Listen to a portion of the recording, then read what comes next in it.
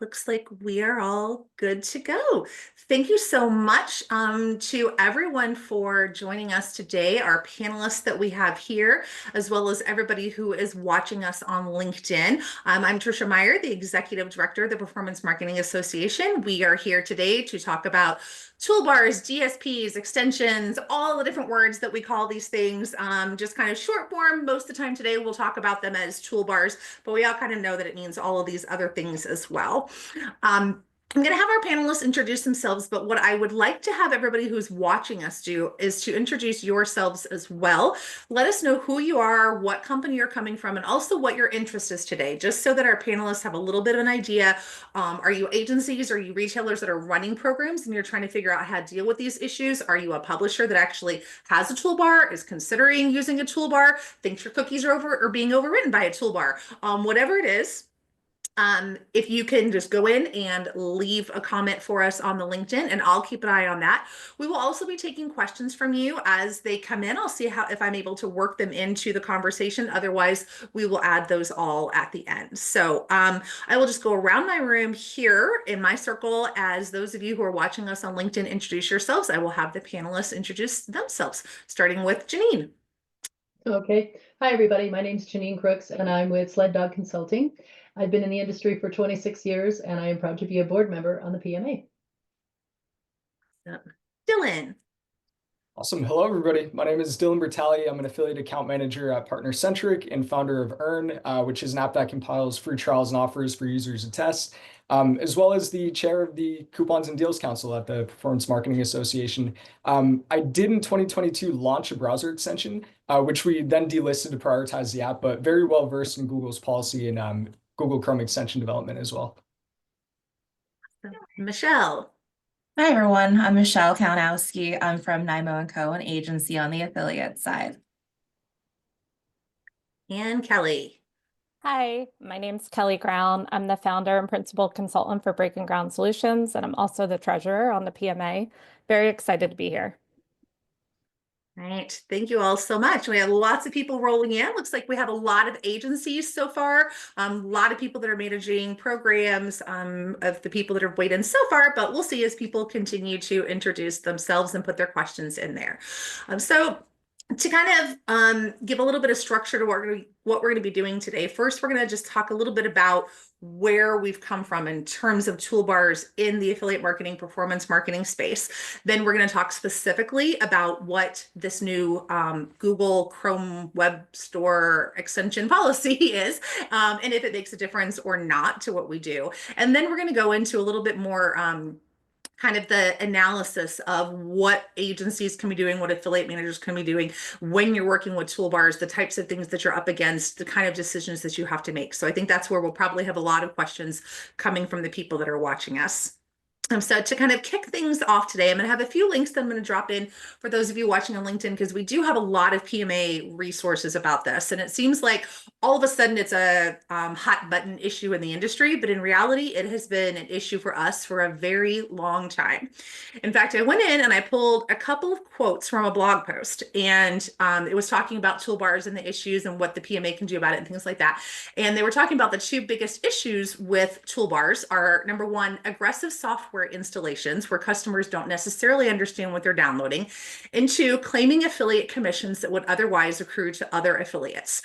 So you hear that and you think, oh, that could have been written 2 weeks ago. That might have been something somebody said in December. No, that's actually from a blog post from 2004, way back when we had the Ebates Mo Money Maker toolbar, which was like the hot topic in affiliate marketing. So I've been in the industry since about since the early 2000s. And when I first came in, this was the big deal. We were talking about toolbars, whether they should be allowed in programs or not, and if they were stealing commissions from other publishers. And here we are today, 21 years after this blog post by Ben Edelman talking about the exact same issue. So obviously we have a lot to talk about today. We've kind of gone around and kind of gone in circles in this issue, where at that time in the early 2000s, we had as an industry, after a few years, some lawsuits, some FTC things coming in, we kind of came to a decision that we weren't going to allow these kinds of toolbars. We weren't going to allow them to make affiliate commissions. This wasn't something that we were going to allow in programs. And so for quite a while, the issue kind of disappeared because most affiliate managers just weren't approving them into their programs, whether it was because they weren't related to actually the affiliate commissions or because of some of the issues we're going to talk about today. For a while, they just kind of disappeared. And then a few years ago, we started seeing them make a comeback. And a lot of that was because of consumer preference. Consumers trying to save money. How can we help the consumers make money even faster or save money even faster, earn cash back, things like that. So at that point, we saw there were just a couple of trusted toolbars that were let back into the ecosystem on a limited basis. And then kind of once they proved themselves, then we saw a couple more pop up. And now we're almost back into, not exactly where we were 21 years ago, but we are to a point where we're having to have this conversation because of the proliferation of the toolbars and the extensions that we're seeing that are monetizing with affiliates. So let's just start off with, obviously, there are lots of reasons consumers love these, but what are some of the misconceptions about toolbars that are making this also controversial? If you, as chair of our council, Dylan, want to take that first? Yeah, absolutely. I think that the biggest misconception about toolbars is that they're all inherently bad. They're obviously not. And the truth is that toolbars are just a technology, and like all technologies, some are useful and some are not. The one thing that I would say that is a total misconception is that these browser extensions are going out of their way to get favorable attribution methods. I think that that's a total misconception. Like just for example, in 2022, when we were creating the browser extension that we originally made, across all networks, and we worked with 5 networks at the time, 100% of our affiliate contracts were last click attribution by default.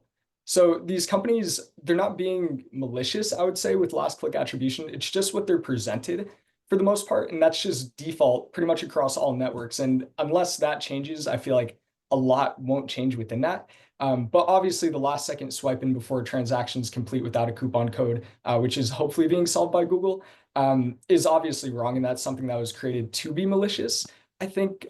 But I would say the last click attribution portion is probably the biggest misconception.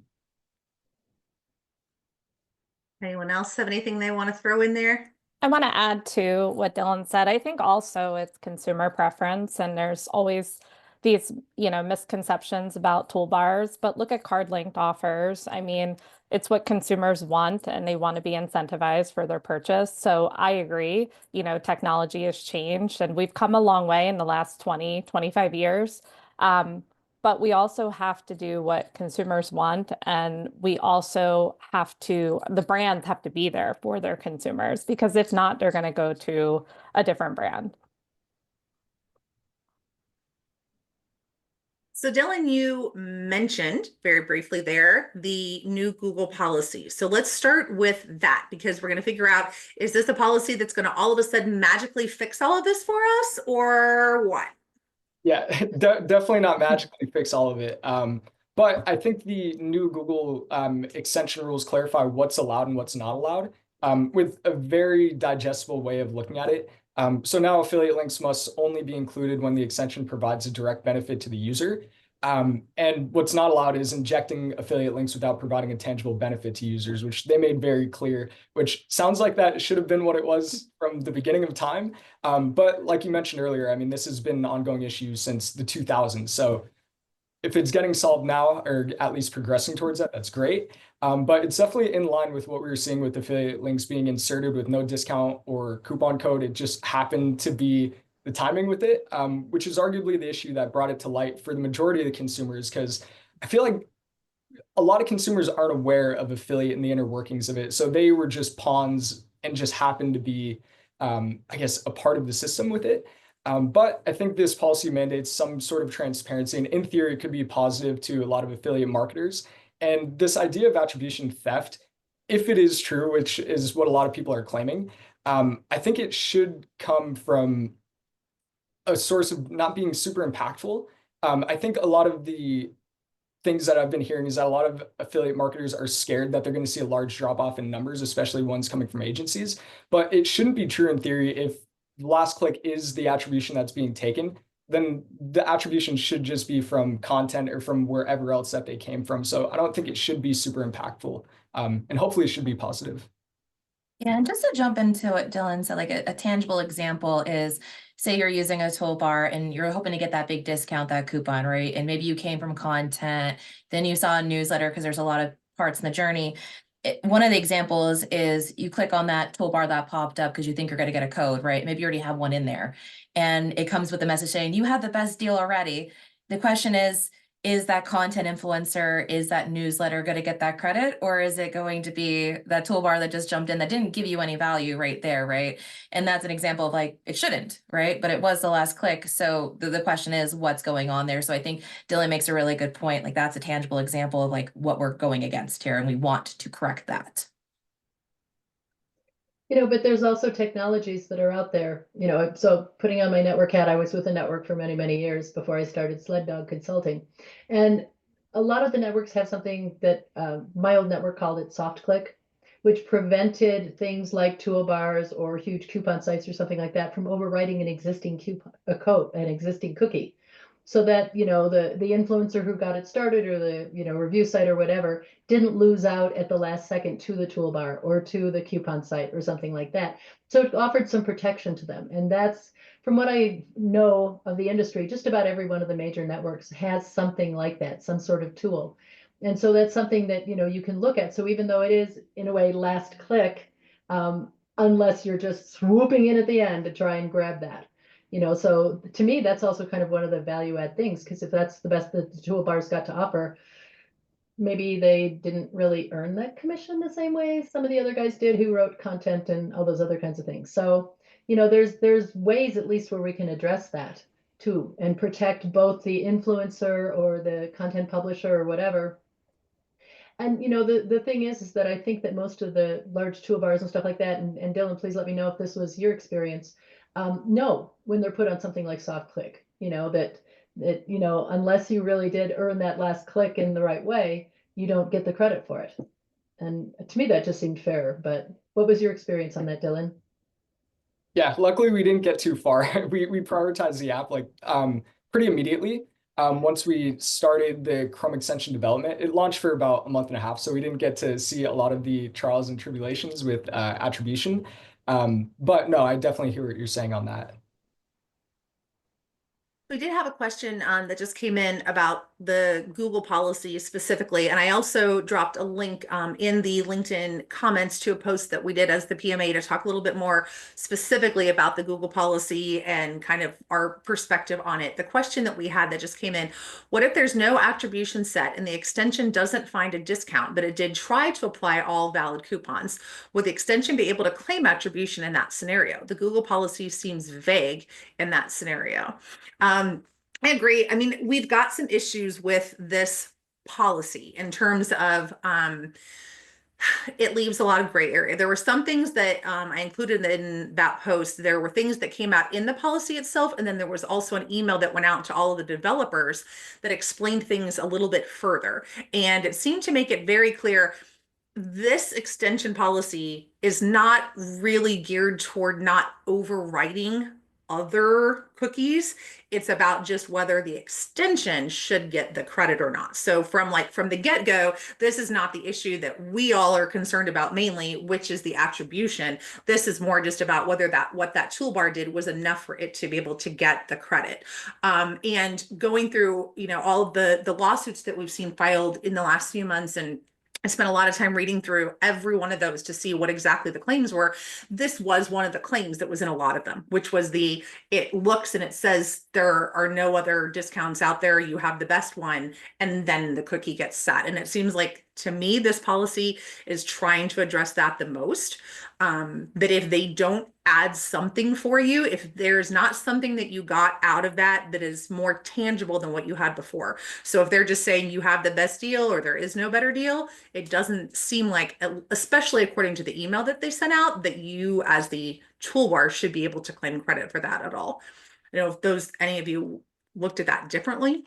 I want to jump in. I think that the challenge and why it's so vague is because for the example that you shared with the toolbar crawling sites to see what the best offer is, they did the work, right? To like go through everything. And yeah, like you had the best deal. So I guess the question is, should they get commission or should they earn that sale or should it go for the channel before that? But clearly the consumer opted in and wanted to see, okay, am I getting the best deal for this, this pair of jeans that I'm going to buy from this retailer?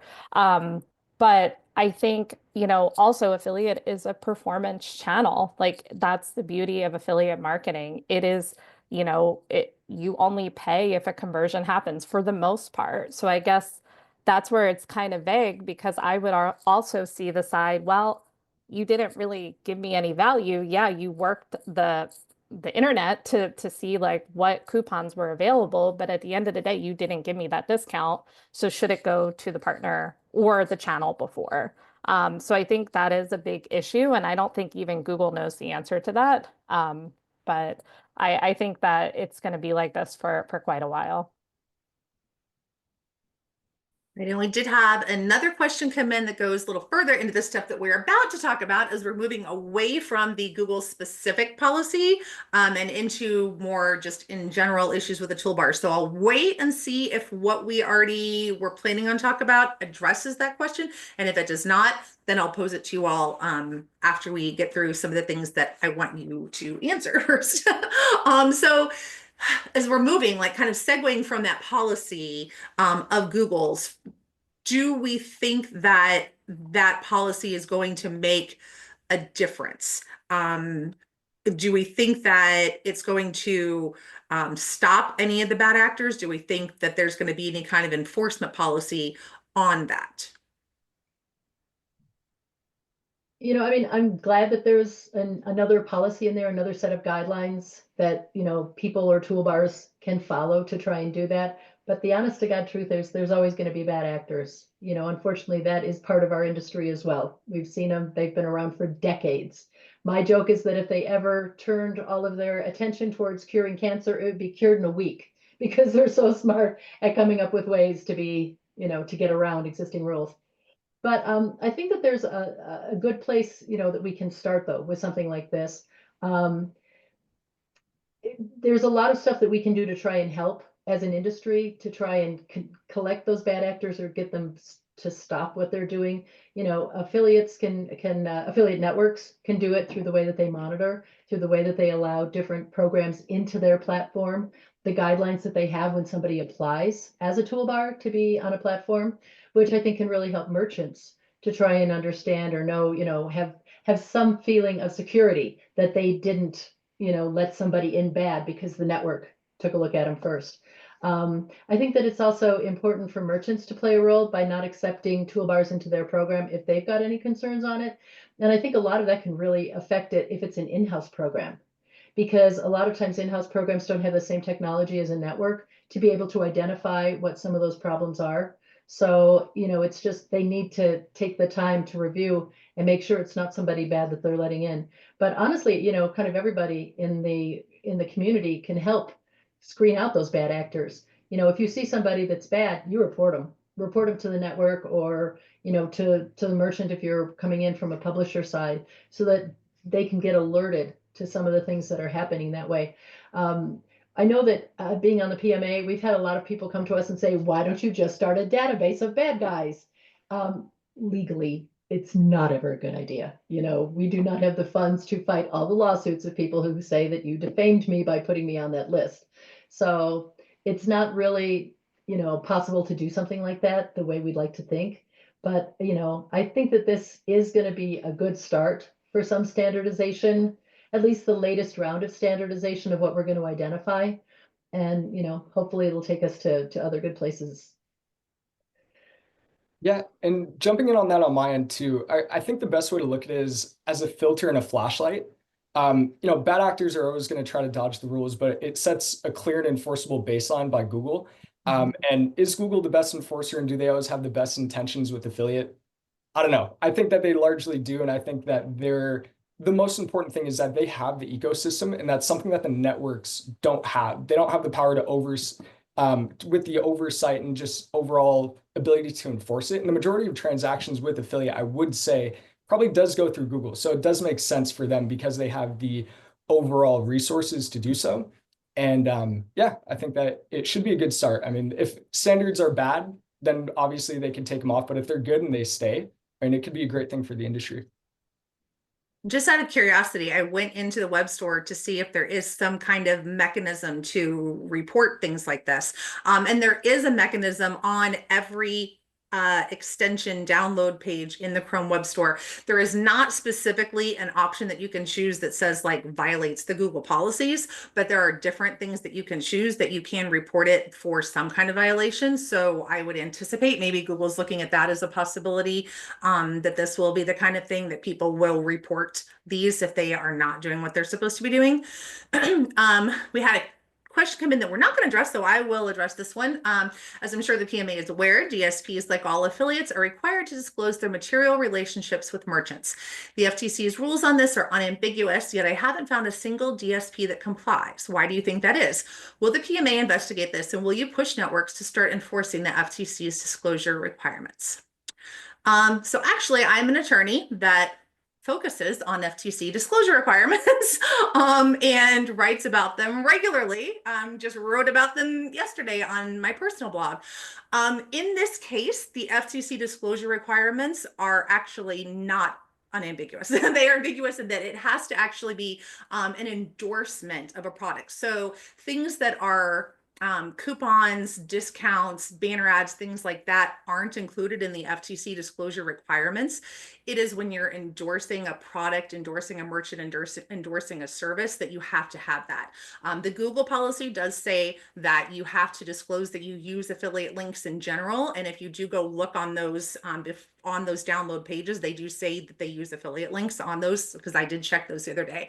But traditionally, as we have spoken to the FTC about this issue, coupon sites in general do not have to disclose their affiliate links on their page. So if you go to any of the major coupon and cashback sites, you won't find disclosures on there if all they're doing is listing the different deals, because that's not considered the type of relationship that requires, because it's not an endorsement. And so that's actually endorsement guidelines that require the FTC disclosure. It's not just the use of affiliate links in general. So kind of different, because within our industry, it means that some of the people in our industry do have to have that disclosure if they're endorsing the product in any way.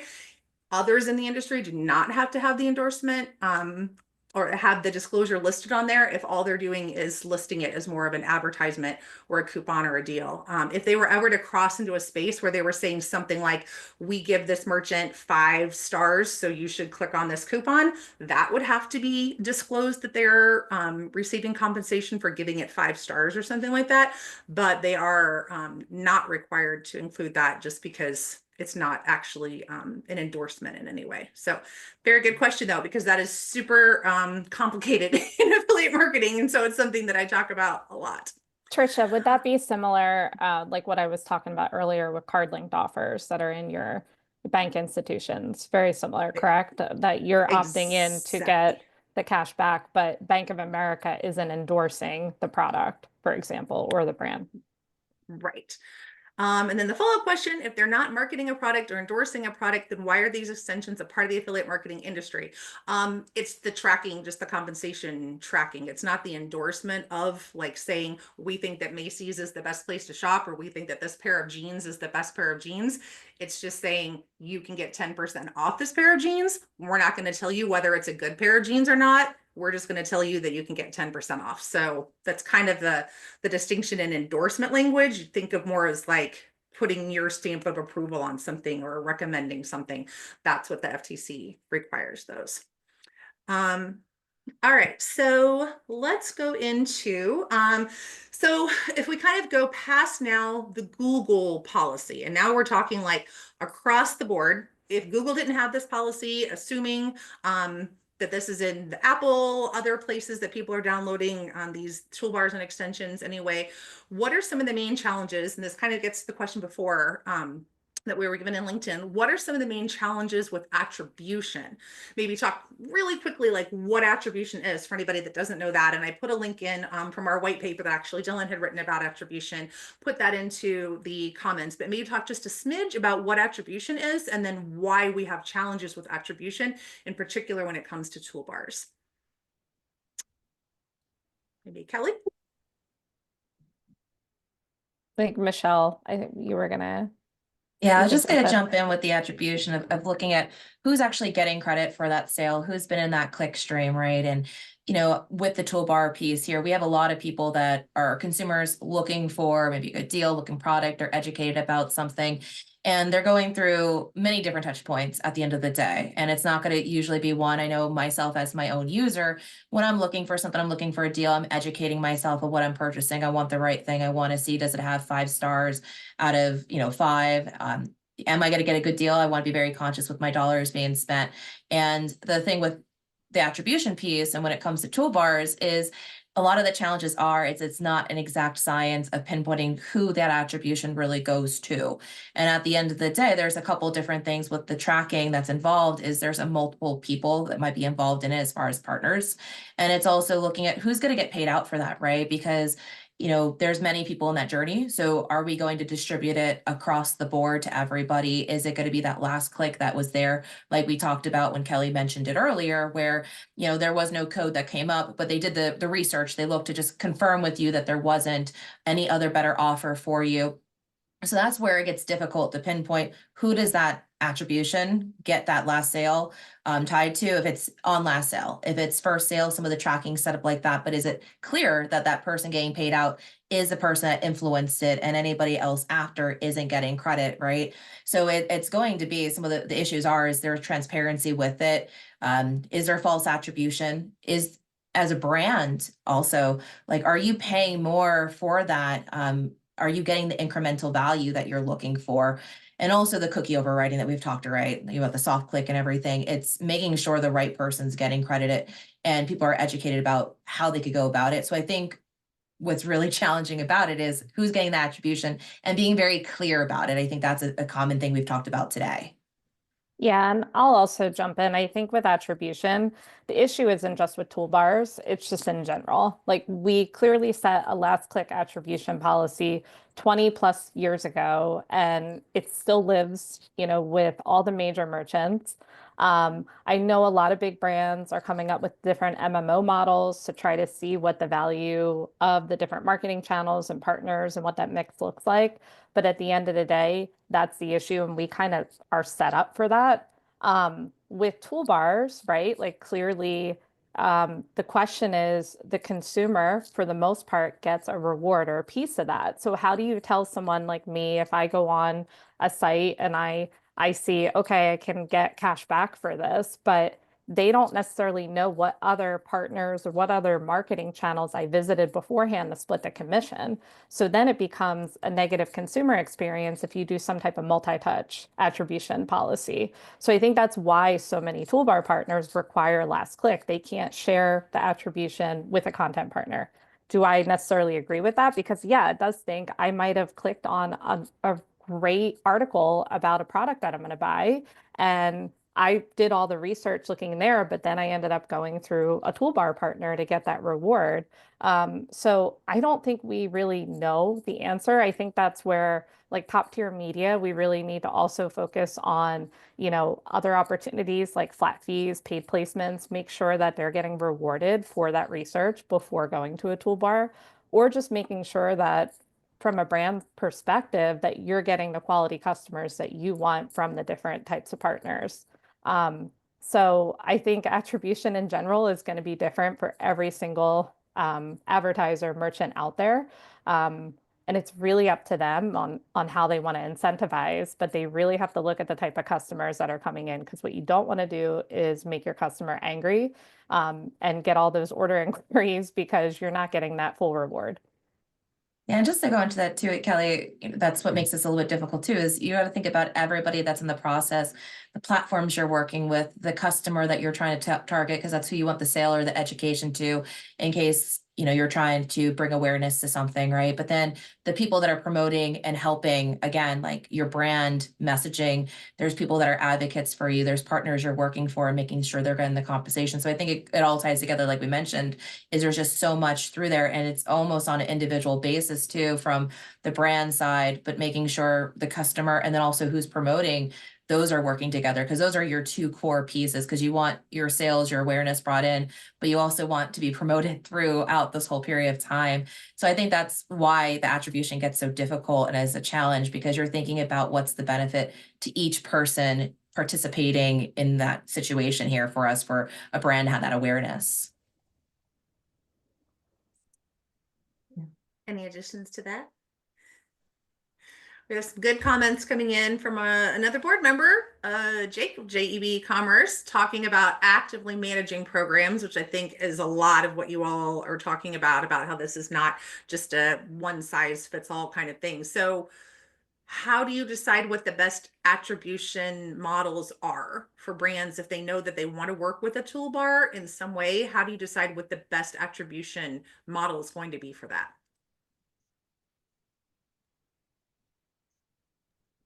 My understanding is a lot of toolbar partners have to work on last click, unless Dylan, maybe you might know that better than me. But I think if a brand is concerned, I think that's where they have to look at the reporting they have in the network, or if they have their own internal reporting that they can leverage, and look at other KPIs that come with that toolbar customer. Like how often are they buying? How much are they buying? Is AOV higher than it is through other partners? And then decide if they want to keep them in. We also talked about this a little bit. I also tell a lot of my clients I recommend stand down policies in their program terms.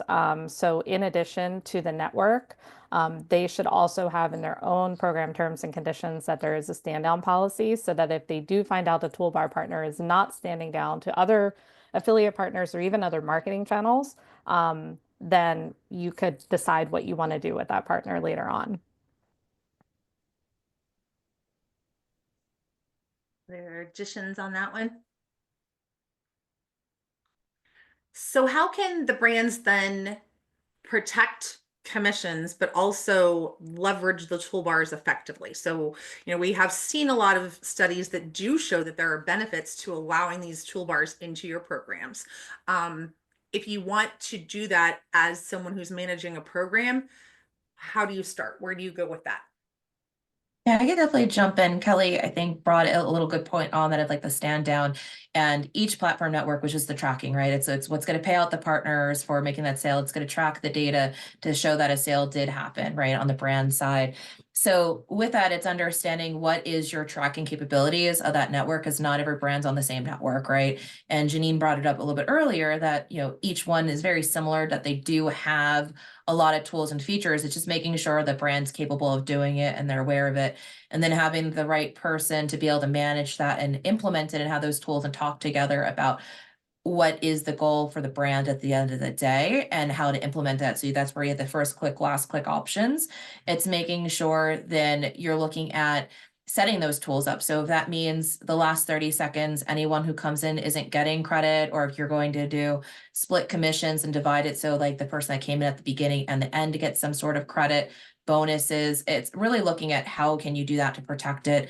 And each brand, it's going to be different based off of what they're capable of doing and what their KPIs and goals are at the end of the day.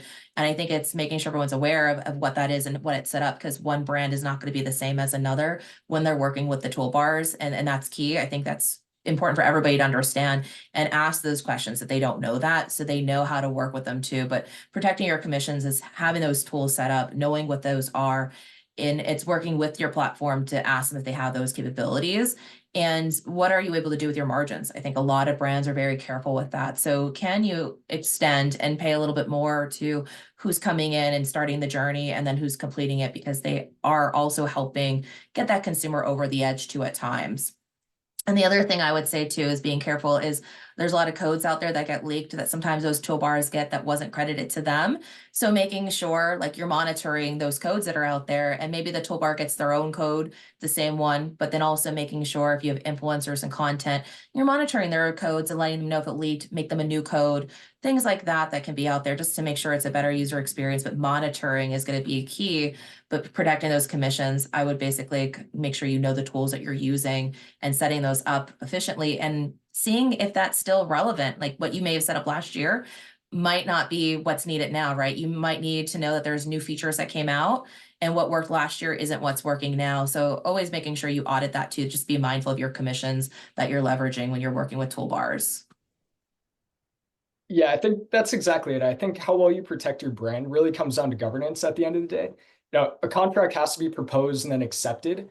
So responsibility falls on both sides. And outside of the contract, exactly what you mentioned, setting strict attribution windows, creating brand specific coupon codes. So then other extensions, for example, can't use it. Like if you create Forbes 20 for Forbes, that's not going to be leaked to them if you set it up correctly in the back end of networks, which is usually very easy to do.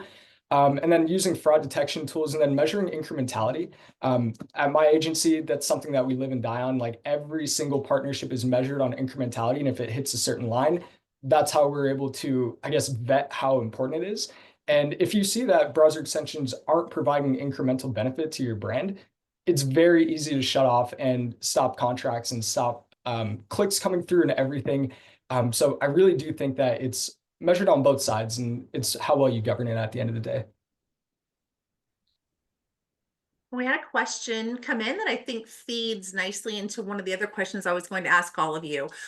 Do we worry that this is Google's way of reducing the impact of extensions in the affiliate space so that they can build more browser-based features that take advantage of this? It feels like this should be policed by the networks and not the platform, who is also making money through affiliates. And it's interesting you mentioned that, because I have seen in my Chrome, I have seen Google popping up coupon codes now sometimes. That is not anything that I added, not an extension. It's just something that Chrome, every now and again, after I get a Chrome update, all of a sudden I will be on a merchant page, and in my URL bar, I will all of a sudden see like a save 10% with this code pop up. So, we've kind of wondered if Google is getting into this space anyway, where they plan on just adding this functionality, and whether they're doing it to monetize it themselves through some kind of affiliate relationships, or even flat fees with these merchants, or whether it is just something that they're using, that they're adding in for competitive advantage.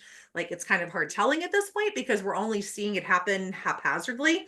But it raises the good question, who is responsible for monitoring whether publishers disclose that they are a toolbar, even within the networks, like, so that brands can make these decisions? Who's responsible for monitoring all of this?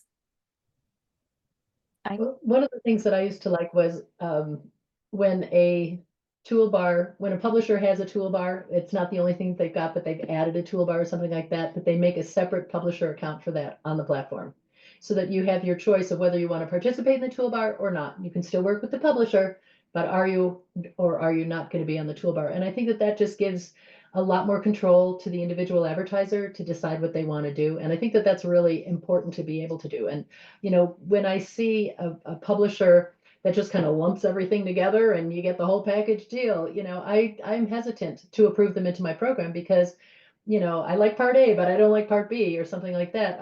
So I think that that's an important thing to be able to do. The other thing that I think that's important is that, as a network is approving somebody into their program or something, like into the platform, are there specific rules that they're asking that the toolbar agrees to? Because I know, for example, like with subnetworks or something like that, there's a series of guidelines with some of the platforms. You have to do this, you have to do for transparency, you have to, all these things to do, that maybe we need that kind of clarification as well on toolbars. And if minimum, even if they don't require a toolbar to agree to every one of those terms, they require disclosure on how toolbars perform in certain instances. Because I think that that's really important. I've seen some consumers, for example, somebody that I actually work with on one of my programs has like 5 different coupon toolbars. And so whenever she's looking at a product, they're just like competing like crazy with her. It makes her crazy trying to figure out what the best deal is, but that's, I don't think, an atypical consumer action. I think there's a lot of people that are out there and they don't just stick with one, because they keep hoping that this one's going to have something better, so kind of watching those things happen, it's also one thing to be aware of, as you're trying to work with them. But I think that networks can get very involved in trying to make sure of that. The other thing that I do personally is I'll take a look at their deck and see how they discuss, how they handle different situations. Some disclose, some don't. But I think that it's important to be able to do that, to get some sense of what they're trying to do. So that's just me, but. I do think, going back to about Google, I do think that Google is probably up to something. It makes sense. I know, Tricia, we talked about this, you, me, and Jade at ASW earlier this year. But they gave up the Google affiliate network, what, 15 years ago. And I think that they're seeing there's a lot of opportunity. So yes, I do think that that's probably playing a part in it.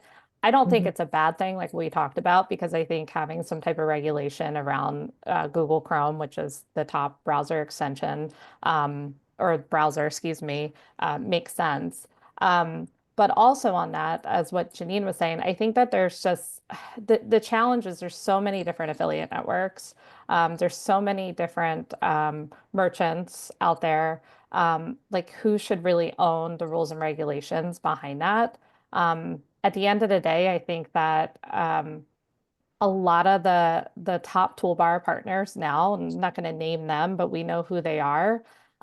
They're innovative and they're doing things to kind of get to that next level. They're managing the different budgets. There's retail media now that's involved with some of these partners. And I think that they're the partners that are going to elevate and they're the partners that are going to be able to prove the value to continuing and also, get by with these new Google regulations and, different rules that they put in place.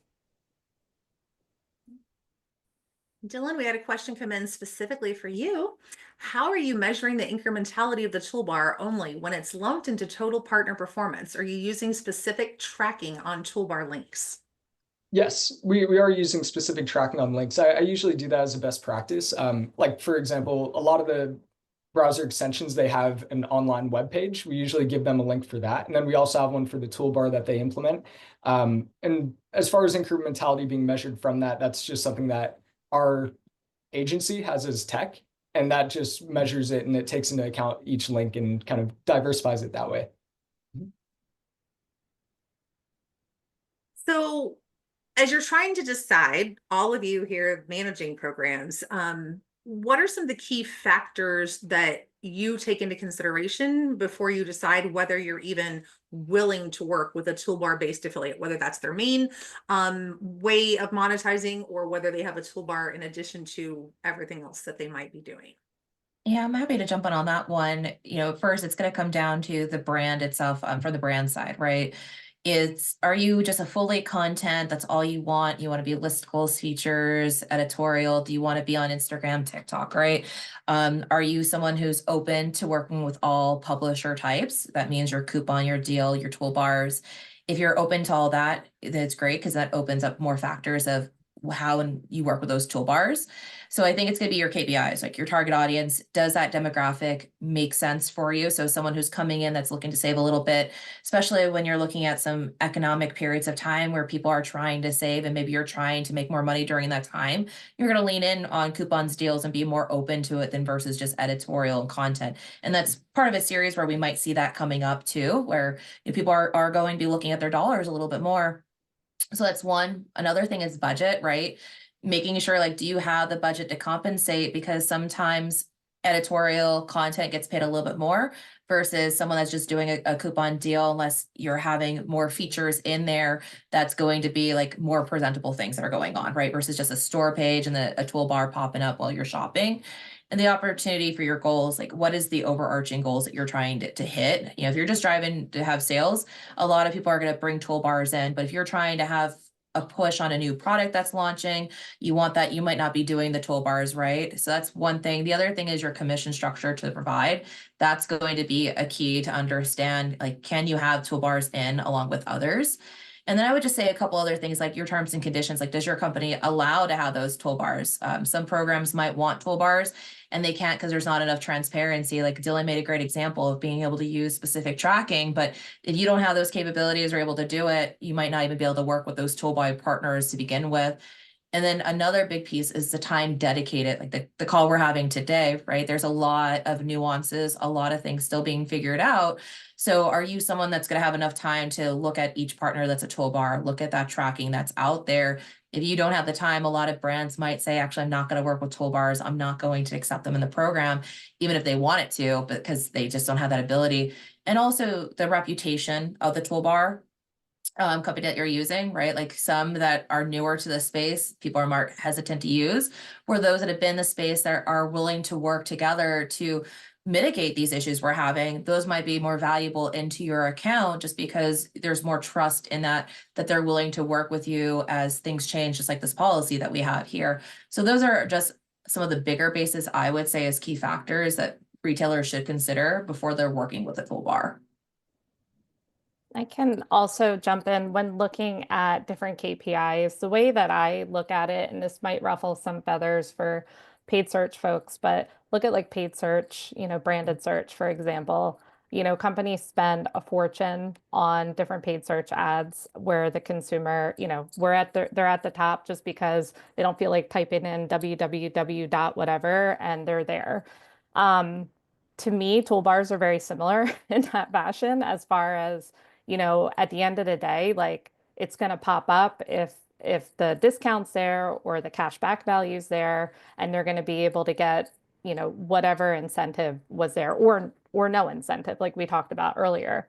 But it's really up to brands, like what Michelle said. I really believe in customer data, and a lot of networks have wonderful reports, and I highly recommend whatever network you're on to really dig in, not just to the basic reports, but dig into additional reports that they have. And every single network has that for the most part. And it can really dig into, like I said, AOV, the type of customer that you're getting. Is it a new customer? Is it an existing customer? Are you reactivating a customer? And work with your CRM and finance teams and actually see like what type of customers you're bringing in. Because I've actually been in a situation with previous clients where we were able to get budget for the affiliate program to lower funnel partners such as Toolbar partners because they were driving more value than some of their other channels. So I think it's not just the affiliate program. You have to look at the full marketing mix and what they're doing. So I encourage you, whoever's watching this, look at the KPIs, but also think outside the box, outside of the affiliate program, because there's a lot of money that other channels are spending that probably aren't as valuable as some of these Toolbar partners. We have lots of questions coming in. The next one, I think I'm going to kind of feed into this something that we want to talk about next, and that's just kind of in general best practices that advertisers should follow when working with toolbar publishers. And one of the questions that just came in was about incrementality. Most studies claiming incrementality for extensions are funded by the very networks that benefit from those results. That is true. We've seen a lot of these studies have come out of the networks. So for toolbars, these toolbars typically appear at checkout. They're not driving new traffic. That's a statement, not a question. So I'll put that to all of you as well. Are they ever driving new traffic or incremental traffic? So how exactly is that incremental? So I think this fits into the best practices because I've had some conversations with some of you before about the kinds of metrics that you actually pull in the data that you're using for these programs. So tossing this out, kind of both of these, how are you looking at incrementality of these programs and what are the best practices in working with the toolbars? So I know some of the partners, for example, some of the toolbar partners, not all of them, but they can actually identify and do competitive conquesting. So it is truly new audiences that you're tapping into. Again, this goes back into the retail media conversation. But for example, looking at Michelle, say Michelle and I, are both interested in different beauty products at a beauty brand. But she has purchased from them before, but I haven't. And I go there, I might be incentivized with a higher cashback rate to make that purchase because they know I haven't made that purchase before. So when you look at incrementality, I guess the question is, would you want to be incentivizing a potentially new customer and giving them a higher cashback value? And then potentially giving someone that's been there before lower cashback. Again, this goes back to working with the toolbar partners and asking what their capabilities are, because I promise you, when you have a conversation with them, there's so much more than what you're just seeing. And it is so different than it was 10, 15 years ago. The capabilities that a lot of these partners have has evolved. And then they also, most of them have apps. There's a lot of opportunity there to capture that mobile audience. And just people in general that want to be incentivized to get that cash back. So again, this goes back to the data too. I look at a lot of the network data, and if you surprisingly, there's a lot that are that first touch or introducer, whatever you want to call it. So this, everyone has a different definition of what's incremental. So I guess whatever your definition is, you can kind of put it back to see if that fits for Toolbar partners. And you don't have to work with them, as everybody, we all said that as well.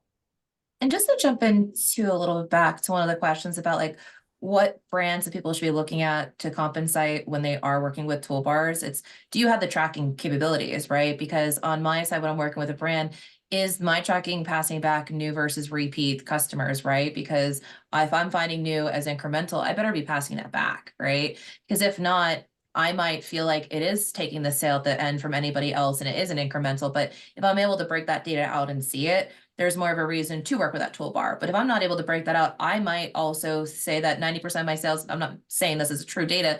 I could be just saying that like, oh, it actually is repeat. I don't want to work with the toolbar, right? So it's making sure you have the ability to look at that data, because that data is going to tell the story more so. And it's looking at it from all different angles, right? Like looking at what data you're getting passed, doing your own tests to really make sure, is this following the way it should be? So doing test orders, right? So doing it on your side, having someone else doing it where you're hiding the cookies, somewhere where you're doing it with someone else on your team, so they're getting the same user experience, looking back at that order tracked in your system, who and did it attribute to, and just making sure that is showing the way that you want to be paying out, because you might discover things that you didn't realize, like who is actually getting paid out. So doing a test is going to help to really find out if that is the benefit that you want. The other thing I would say, as a best practice too, is just being very clear with those partnerships that you're working with, and just making sure the terms and conditions you're following, and just making sure you're just monitoring and testing and understanding what you see as incremental to begin with. Like what Kelly said, if you find new versus repeat, that's one. But if you're just looking at sales, you don't have any of the data, then again, maybe toolbars might not be the best fit for you. Yeah, one of the things that I'll take a look at is cannibalization, because I have worked with some in the past where it looked like this toolbar was just taking off and oh my gosh, all the sales they were generating, but yet my net revenue ended up being the same, and some of the other areas went down a little bit. Some of the subcategories went down a little bit, and it was like, okay, glad that I added you to the mix, but you're not bringing in anything new. So that's kind of one of the bigger things that I take a look at. I will look at new customers versus returning customers. I always have a bit of a debate on there, because if that's going to make the returning customer return to me as opposed to trying to find somebody else out, I can explain that. I can justify that. But it's definitely a consideration. So those are just a couple of things that I'll take a look at to try and decide if they're worth it.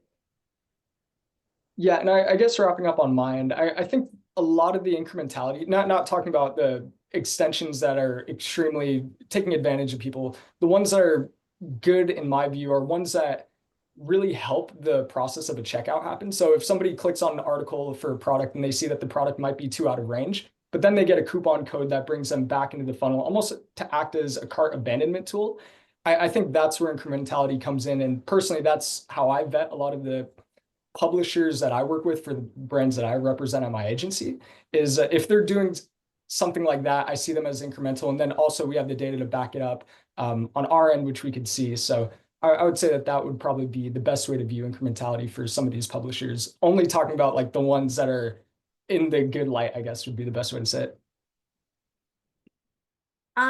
So we're starting to run out of time. So I'm going to try to get to a couple of more things really quickly. Luckily, there's some really good stuff going on in the comments. So some members are answering other members over there of things that we're not going to have a chance to get to. But so one of the big complaints that we have heard in this last 20 years is that networks should be doing more here. What role should the affiliate networks play in managing all of this, the compliance, enforcing the policies? Where do you all personally, none of you working now for networks, what role do you think that the affiliate networks should have in all of this? Let you start, Jeannine. Oh, good evening. Why would it be me? Because you've seen both sides. You know how hard it is for the networks. And now you're on the other side as an agency working with all the networks. Yeah. So, you've seen both sides of it. Yeah, I'm teasing about that. Yeah. So, I mean, there's a lot of things that networks can do, but there's other things that networks can't do. And so I think it's very important for a network to have a really solid compliance team and to really investigate some of these publishers, instead of treating every publisher that's coming in as the same type of application and just process, some of these have to be investigated a little bit more thoroughly. And that's things like subnetworks and things like toolbars, and having the network identify what they think are best practices, what's acceptable behavior, what's not, and making sure that that toolbar agrees to whatever those guidelines are. And if they don't agree to them, then they don't get into the platform. And I know, and I saw a comment come through that it's, can be difficult for some of the networks because, A, B, and C are working with them, but they're D and they've decided that that platform doesn't necessarily agree with them. Yeah, it's a challenge that they take on. But, if they've got their reasons for why they don't want to work with them, that might be something to really consider as well. But I think it's important as well for the network to come out with like this list of all the things that, you have to comply with as a toolbar. Because if they don't comply with that, then, the network has grounds to be able to kick them out of the platform and withhold commissions. And I'll be honest with you, one of the challenges that networks run into as well is people will lie to get in. They absolutely lie like a rug. And here's their thing, and they look glowing, and you think that they should, get the Nobel Prize for how wonderful they're doing something. And then about an hour and a half later, you find out that they're completely not doing it that way. There's bad actors in our industry, and we've seen them all. So that's one of the challenges as well, as the ongoing compliance. And for a platform that's got 250,000 active affiliates, that can make it a little bit of a challenge. So I know they're trying to implement as much technology as they can to try and manage to those things. But I think that that's important too. I think that it's important for a platform to, have people that are available that, a merchant or an agency can reach out to and just be like, is there some sort of a score on this affiliate or anything that I need to be aware of? The networks definitely have to be careful because they can't slander anybody. And the definition of slander is getting broader and broader by the day.